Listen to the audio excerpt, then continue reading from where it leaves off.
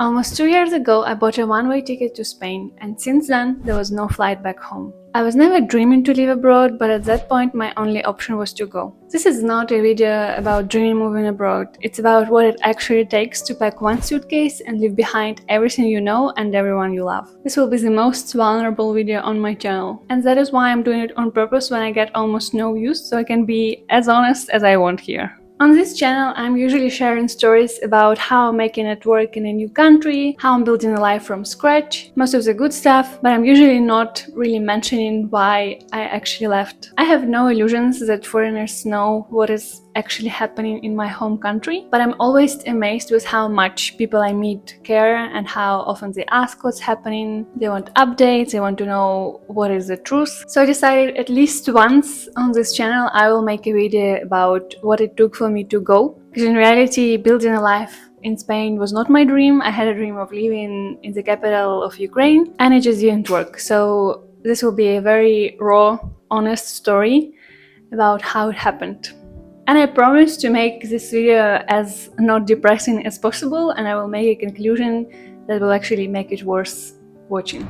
Originally, I'm from Ukraine. I grew up in a town close to the east of the country with a big dream of moving out and living in the capital and building my life there. At 14 years old, I participated in a big educational program for teenagers. After it, I was only dreaming of living in Kyiv, building my personal and professional life only there. I studied really hard to get into a good uni, and at 17, I did move out to the capital. I moved out to Kyiv. But at the same time there was COVID, so I didn't really get to go into my uni offline. There was lockdown and there was no opportunities to even go out. When I turned 18, life got back to normal. The pandemic was over, my country was going back to blooming and growing really fast, and I thought finally that's when I get to build my life here. I got my first job in tech, I made new friends, I was attending events as a guest and as a volunteer worker. I was going to festivals, learning a lot about how to build my career and just having a lot of fun with it. Until 6 months later, full-scale invasion in Ukraine started,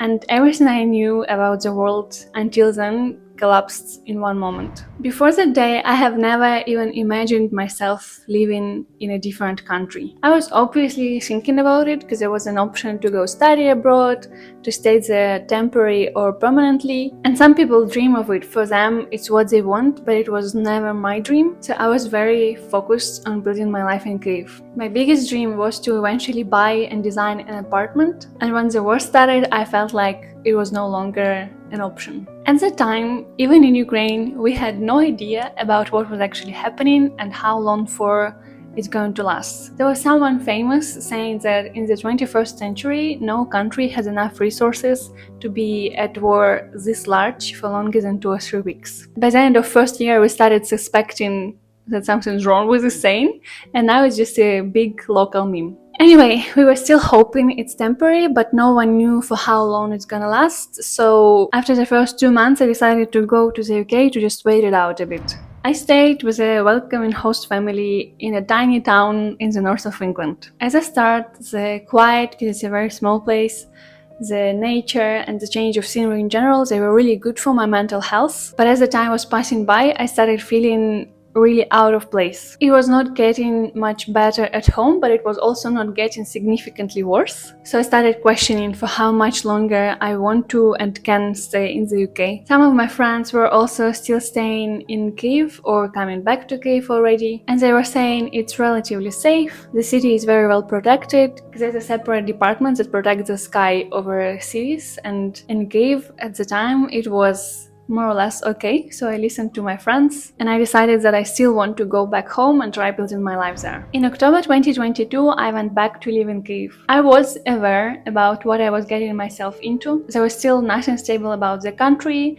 I knew we were still at war. It might get better, it might get worse. We didn't know. So I was kind of prepared for that, but I was not prepared for the fact that first week I'm back in Kyiv, there would be the first massive attack on the capital with explosions and damages all around the city. I was then still in the dormitory of my university by myself.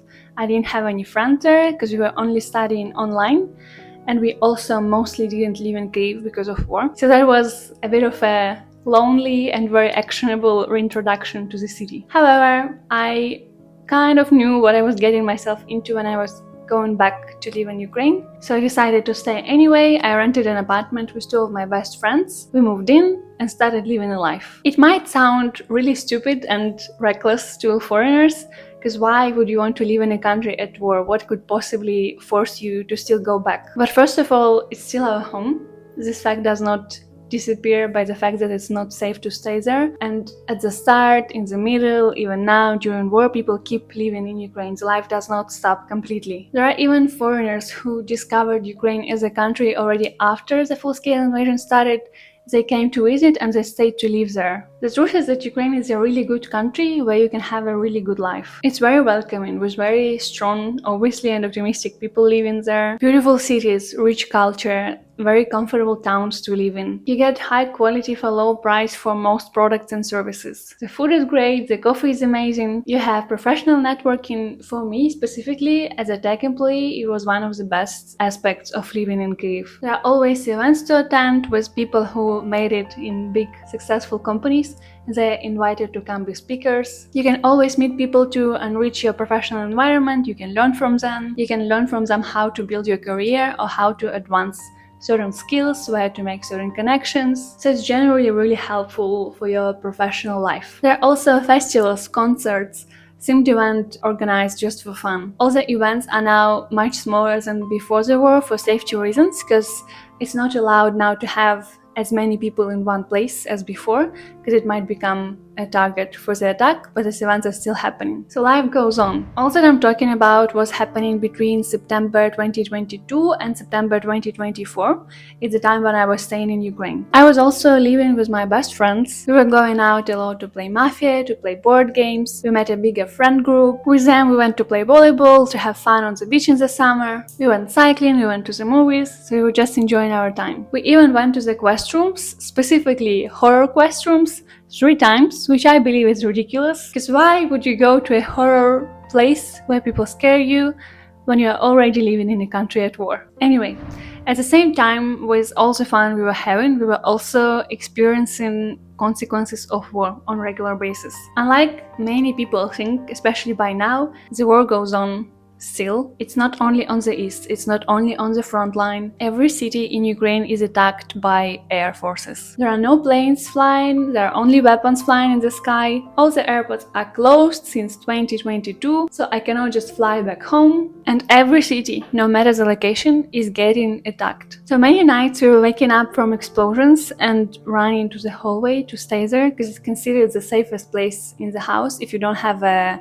bomb shelter nearby. The hallway does not always save a life, but I'm not gonna get deeper into this now. Just what you can understand, we were spending nights on the hallway floor, sometimes sleeping there when it was too long, or oftentimes sleeping in the hallway because it's just more safe. And like this we were waiting until we can come out and go back to beds. Also, because the attacks are very often targeting critical infrastructure, we had what is called blackouts. Blackout means in the whole city there is no electricity, no water, no gas, and no heating in the winter. First time ever there was a blackout, we also didn't have much food because all the stores were closed and they needed some time to figure out how to keep functioning even with no power supplies. Ukraine gets really cold in the winter, which is why with the girls, I lived with 2 of my best friends, we were sleeping in the smallest room in our apartment, all 3 of us together, because it was much easier to stay warm this way. And emotionally as well, it's a very deep level of connection and mutual support. Over time, Ukrainians adapted to the blackouts. Most businesses, if not all businesses in Kyiv at least, bought power generators, which helped them function even with no electricity. The biggest adaptation level that I saw was in the summer of 2024, when generators were absolutely everywhere. However, summers in Ukraine get really hot, and power generators, when they function, they also get really hot, which is why they were just getting overheated and turning off time to time. And it was also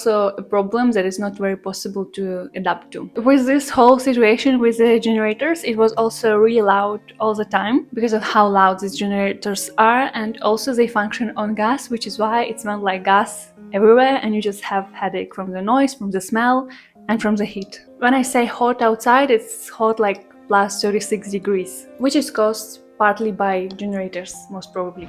So that summer in 2024, I was also graduating uni, defending my diploma. I had the hardest job I've ever had, working as a head of content in an international startup, sometimes 12 hours a day. And I also had to study, and all of this was online, and there was no electricity at home. So I spent summer just running around coffee shops, finding places where there is electricity at the time when I need it. During this summer, it was already very visible the situation is not getting any better. It's been 2 years since I went back from the UK, and I was just completely exhausted from studying, from working, which I have no idea how I even handled working in this place, but it's a whole separate conversation. So after my graduation ceremony at uni, directly after, I have bought a one-way ticket to Spain. It's been almost 2 years since then. I'm living in my third city. I've met many amazing people, and it is the first time in my adult life when I feel like I'm living and not just surviving. It is a life that I'm really grateful for, even though it was not what I